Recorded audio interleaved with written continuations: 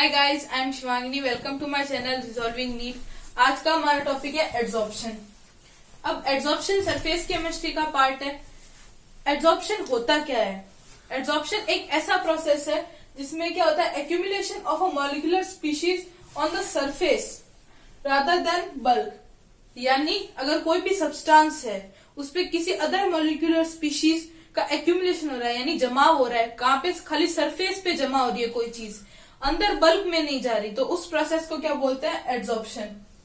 जैसे हम क्या करते हैं, एक चौक को लेते हैं और एक किसी भी कलर की इंक में डिप करेंगे अगर हम, तो ऊपर से जो चौक होगी वो उसी कलर की हो जाएगी। जैसे ब्लू इंक में डिप की तो चौक ब्लू कलर की हो जाएगी, या ब्लैक इंक में डिप करी तो चौक ब्लैक हो जाएगी। लेकिन जब हम उस चौक को तोड़ के देखेंगे तो अंदर से वो व्हाइट ही रहेगी, अंदर से उसमें कलर नहीं होगा। तो इसका मतलब क्या हुआ कि वो जो कलर हमने इंक जिसमें चौक को डिप किया था उसके मॉलिक्यूल सिर्फ सरफेस पे डिप हुए, यानी सरफेस पे एक्यूमुलेट हुए, अंदर तक नहीं गए। तो इस प्रोसेस को क्या बोलते हैं? एड्सॉर्प्शन।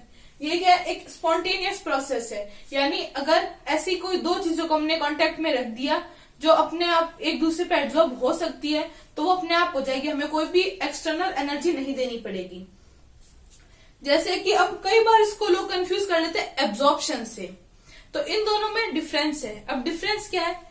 एड्सॉर्प्शन का मतलब होता है कि एक्यूमुलेशन होना सिर्फ बाहरी सरफेस पे, और एब्जॉर्ब करने का मतलब होता है अंदर तक, यानी बल्क तक उस चीज को एब्जॉर्ब कर लेना।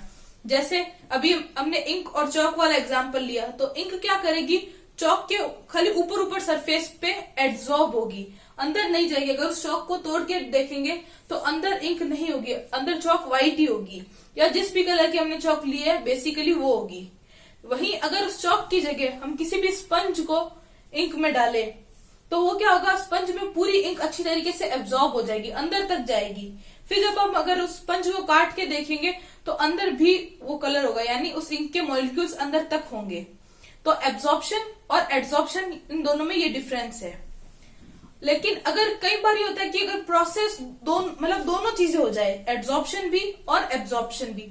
जो हमने स्पंज वाला एग्जाम्पल लिया वो बेसिकली उसमें क्या होगा? दोनों होंगी, क्योंकि इंक ऊपर वाली सरफेस पे भी लग रही है और अंदर भी जग रही है। अब एब्जॉर्प्शन का मेन एग्जांपल क्या हो सकता है? जैसे मिट्टी होती है, रेत, उसमें अगर हम पानी डालें तो ऊपर ऊपर से तो वो फिर सूखी रह जाएगी, वो सारा पानी क्या चला जाएगा? उसके अंदर चला जाएगा। तो वो क्लासिक एग्जाम्पल है एब्जॉर्प्शन का, जहां पे दोनों प्रोसेस साथ में हो, एड्सॉर्प्शन और एब्जॉर्प्शन, उसको क्या बोलेंगे? सॉर्प्शन। जैसे हमने स्पंज वाला एग्जांपल लिया तो इंक ऊपर भी है और अंदर भी है, तो वो क्या है? सॉर्प्शन है। तो हमारे पास तीन टर्म्स आ गई, एड्सॉर्प्शन, एब्जॉर्प्शन और सॉर्प्शन। अब एक और टर्म होती है डीसॉर्प्शन। वो क्या होती है? उसमें एड्सॉर्प्शन का ही उल्टा प्रोसेस है, यानी जो सरफेस पे मॉलिक्यूल्स एक्यूमुलेट हुए उनका वापस हट जाना, वहां से सरफेस से हट जाना, वो क्या है? डीसॉर्प्शन। तो ये चार बेसिक टर्म्स थी। अब जब हम एड्सॉर्प्शन को पढ़ते हैं तो हमारे पास दो वर्ड आता है, एड्सॉर्बेंट और एड्सॉर्बेट। एड्सॉर्बेंट वो हो गया जिसकी सरफेस पे एड्सॉर्ब हो रहा है, यानी इस सरफेस पे अगर कोई भी मॉलिक्यूल आके यहाँ पे चिपक रहे हैं तो ये क्या हो गया? एड्सॉर्बेंट हो गया। और जो मॉलिक्यूल आएंगे वो क्या हो गए? एड्सॉर्बेट हो गए। अब इसका मैकेनिज्म क्या है एड्सॉर्प्शन का, या ये क्यों होता है? जैसे मान लो ये कोई भी सब्सटेंस है, उसकी सरफेस है। अब इसके बल्क के जो मॉलिक्यूल है उनमें सब में आपस में फोर्स लगता है, इंटरमॉलिक्यूलर फोर्स, जो कि कैसे? अट्रैक्टिव फोर्स है। तो सब एक दूसरे की तरफ खींचेंगे। हम इस वाले बीच वाले पार्टिकल को उठा के चलते हैं तो इसमें क्या है? ये चारों तरफ पार्टिकल से घिरा हुआ है।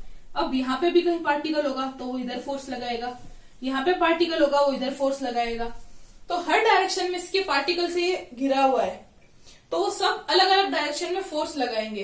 तो इस वाले पार्टिकल को हम उठा के चले तो इसका नेट फोर्स क्या हो जाएगा? 0। इस पे नेट कोई भी फोर्स नहीं लगेगा। लेकिन अगर हम इस वाले मॉलिक्यूल की बात करें तो इसके साथ क्या हो रहा है? इधर वाला पार्टिकल यहाँ फोर्स लगा रहा है और इधर वाला पार्टिकल यहाँ फोर्स लगा रहा है।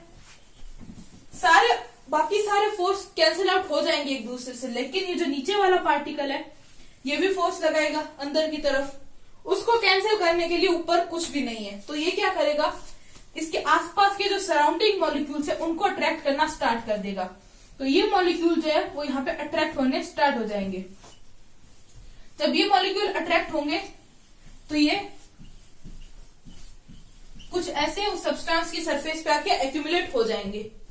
अब जरूरी नहीं कि ये यहां तक रुके, अब हो सकता है ये मॉलिक्यूल भी आगे किसी अदर मॉलिक्यूल को अट्रैक्ट करे और लेयर बना ले यहाँ पे।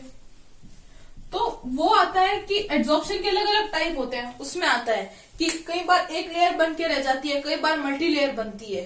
तो एड्सॉर्प्शन का बेसिक आइडिया जो था कि ये क्या होता है, इससे रिलेटेड टर्म्स और इसकी मैकेनिज्म हमने इस वीडियो में देख ली। इसके आगे का जो जिसमें टाइप्स ऑफ एड्सॉर्प्शन हो गया, उसके एप्लीकेशन हो गए, वो हम नेक्स्ट पार्ट में कवर करेंगे। तो अगर आपको हमारा वीडियो पसंद आया तो वीडियो को लाइक करें, चैनल को सब्सक्राइब करें। Thank you for watching. जय हिंद, जय भारत।